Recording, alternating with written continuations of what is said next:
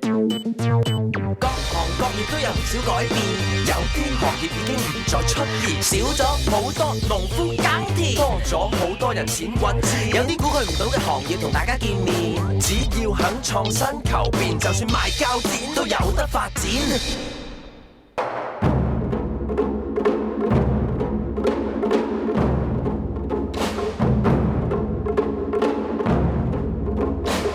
喺呢一日，有一班來自世界各地嘅武術愛好者嚟到香港，參加一個武術大賽。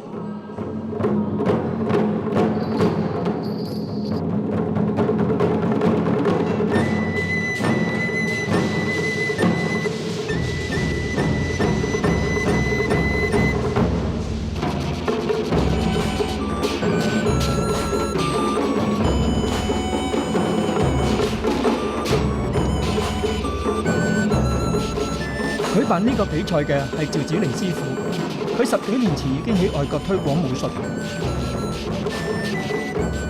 今次一班徒弟徒孫嚟到香港，趙師傅就順便帶佢哋返去佛山，追尋佢哋武術嘅根源。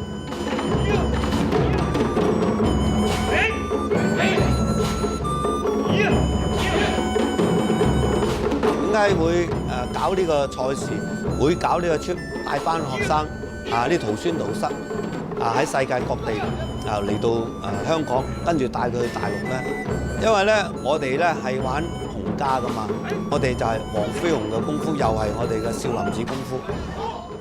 好似喺呢個伊朗啊、入巴基斯坦啊、阿富汗啊、伊拉克羅馬尼亞，佢哋啲人個個都知道你洪家黃飛鴻嘅嘢。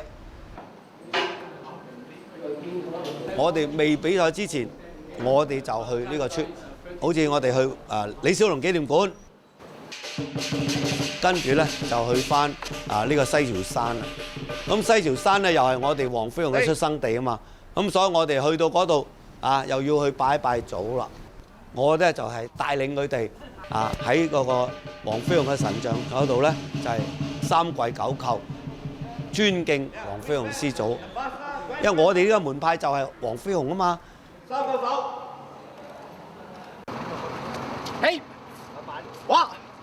Wang Feihong was one of my lineage, sixth generation from my generation, and it's a very great honor to be here because he was such a hero in China.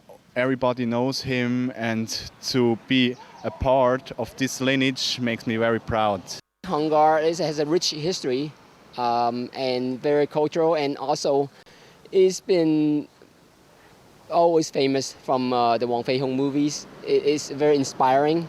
I think it's good to go back to the root, you know, to learn more about China culture, to learn more about Wang Feihong, about the history. 趙子玲師傅嘅爸爸叫趙教，趙教當年曾經跟過林世榮學功夫，而林世榮就係黃飛鴻嘅其中一個弟子。佢咧就喺鄉下出世㗎，咁佢喺大陸嘅時候嚟到香港，跟住咧就去賣豬仔，賣咗去馬來西亞嗰邊啊嘛。咁佢好中意功夫啊，同時咧嗰陣時嘅時代啊，係一定咧你要學下功夫啊，如果唔係俾人蝦你，尤其是你去到外國嘅時候，去到第二個埠嘅時候，咁啊你一定要有自己一技傍身。喂，你學啊，學。咁啊，跟住人哋話去賣帽咯，你行喺呢度賣，嗰度賣高單元散咯。咁啊係咁樣到處走，喺馬來西亞、新加坡，冇幾耐咧就又翻香港。林世榮咧就喺廣州又落嚟香港。我爸爸，咦，大師傅嚟嘅喎。咁啊，大家話好 friend 啦。林世榮咧又好賞識佢，指點佢啦，因為我爸爸就係好中意學嘢。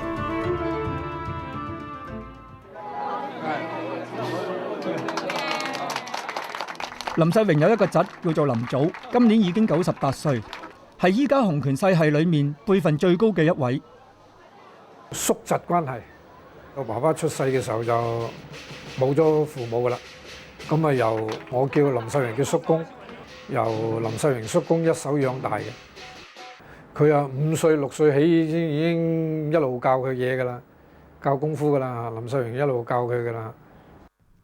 冇幾耐，林世榮就帶埋林祖落嚟香港。初就玉行商會咧話想請黃飛鴻落嚟香港教，咁黃飛鴻就唔嚟啦。咁啊派咗林世榮，咁林世榮落嚟香港，首先喺玉行商會教，後期啊自己喺竹樹坡開館啦。嗰陣時就係叫林世榮國術社啦，1910幾年到啦嗰個時間嚇。林祖依家仲收藏咗一張佢同林世榮喺1932年嗰陣時影嘅相。嗰張喺跑馬地大球場影嘅，即係有人請佢表演啊，表演完嗰陣時喺嗰度影嘅。另外有張慈善籌款賑水災咁樣之後影嘅嗰張又係。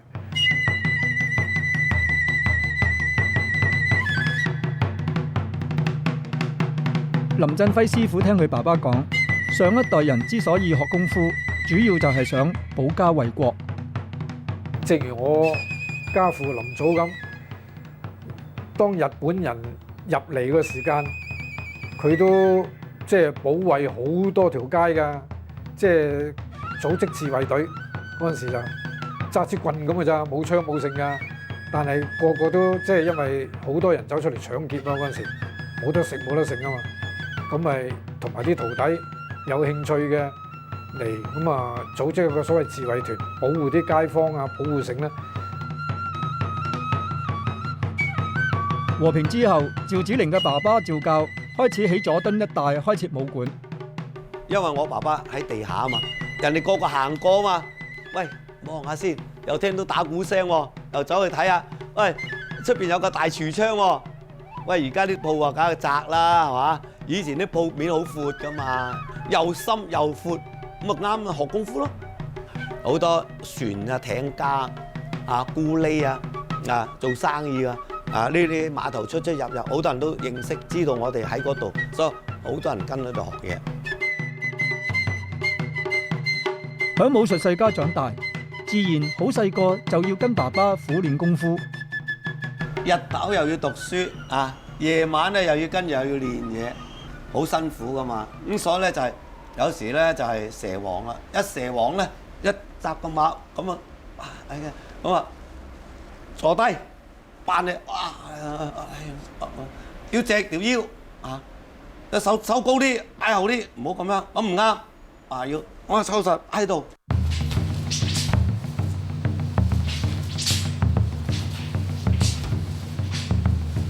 即係我爸爸啲頭腦，以前嗰啲人都係㗎啦，子須成父業啊嘛，係嘛？佢唔理你有冇興趣，即係一定要你繼承，即係唔係而家咁開放係嘛？你唔中意咩都逼你玩。我初期唔係好大興趣就玩功夫，即係後期俾佢夾下逼住玩，整下咁啊，興趣越整越濃啦。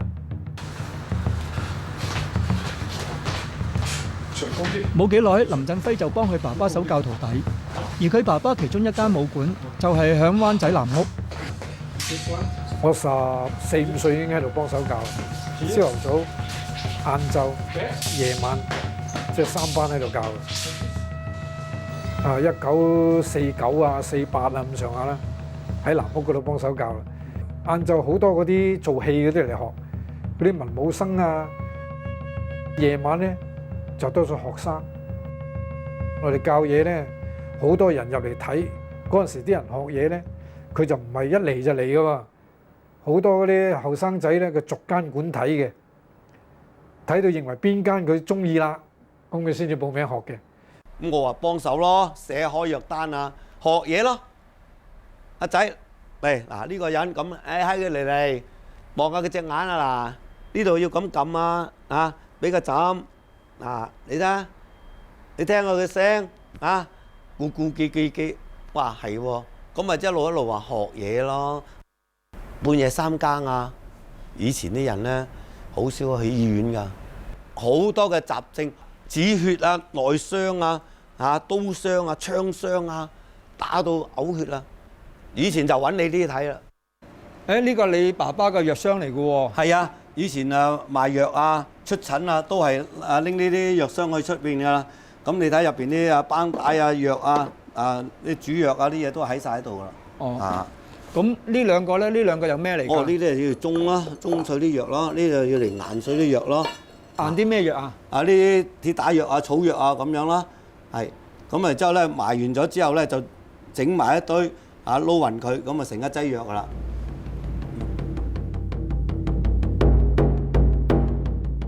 你係自己正式開館係幾時開始嘅咧？係嗰陣時就1969年噶啦，就係呢一間。係啦就係呢間，咁呢間都幾廿年噶啦，係嘛？最多人嘅時候係邊一個時期咧？功夫咧就喺60年啊、70年啊，係好旺㗎。我哋咧就係一路咧分開1、3、5啊，有啲2、4、6，有啲咧就係佢哋上晝，有啲係下晝，有啲咧就特別班。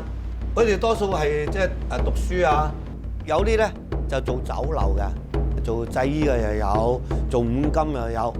呢一班人咧，佢哋中意學功夫啊，尤其是工廠嗰班人。只要肯創新求變，就算賣膠剪，就算賣膠剪都有得發展。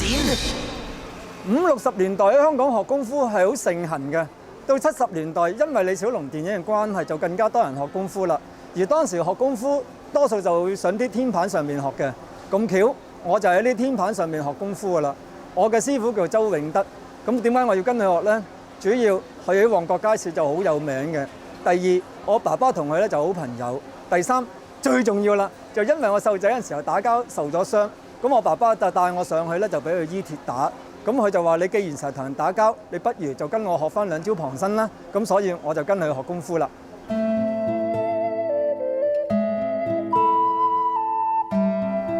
傳統嘅武館咧就僅有呢一類型嘅神位嘅。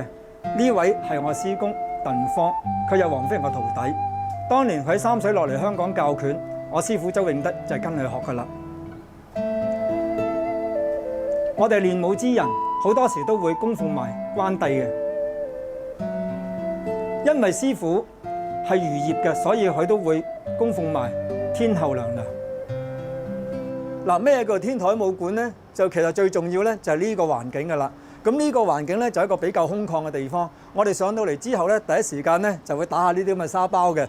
打沙包咧就係練下啲拳力啦，同埋練下我哋啲硬度。跟住咧就會嚟呢一個咧洪拳最主要嘅一個木人樁。咁咧就係其實咧練我哋啲翹手嘅，練完之後咧，我哋會喺度打下拳啊，或者甚至乎咧就玩下兵器。兵器咧就有大耙啊、關刀啊、鷹槍啊、棍啊之餘咧，就仲有一刀嘅。咁洪拳啊比較有名嘅就呢套蝴蝶雙刀。好啦，玩完兵器啊諸如此類咧，就仲可以咧喺度咧舞獅啊、打鼓添嘅。但在我嚟講咧，我哋細路仔嘅時候，每一晚食完飯7點鐘後咧，我會走上嚟。就學功夫啦，係點樣學法嘅咧？就首先就將自己所識嘅由頭打一次俾師傅睇。咁如果佢覺得你 OK 啦，玩得好好啦，佢會再教你新嘅招式嘅。咁然後第二日咧，我哋又要再上過嚟，從頭咧就玩一次，又係由頭到尾玩一次咧。師傅教過你嗰啲嘢，如是者我就喺度咧玩咗10幾年啦。你係邊個鄉下嘅人？三水，廣東三水。廣東三水。你喺邊個時候同埋係點樣認識阿鄧方嘅咧？哦，咁我咧係咪喺街市賣魚？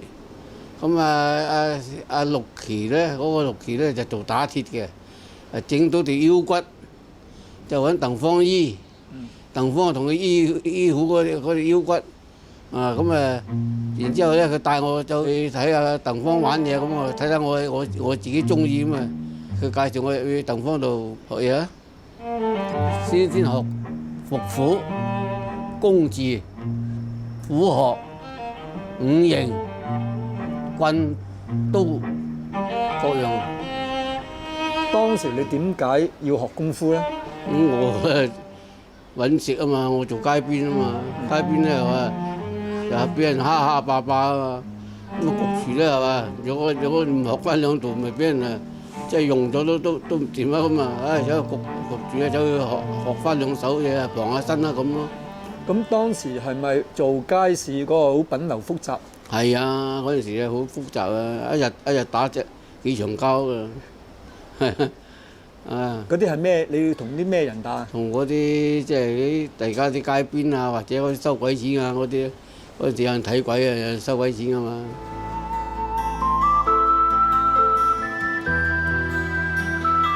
到咗70年代，師傅就響旺角街市買咗個天台嘅單位，成立自己嘅武館。我喺油麻地揾到上旺角，都係揾咧個天台咧搞得到嘢嘅，一隻買嘅，咪買咗咪有啲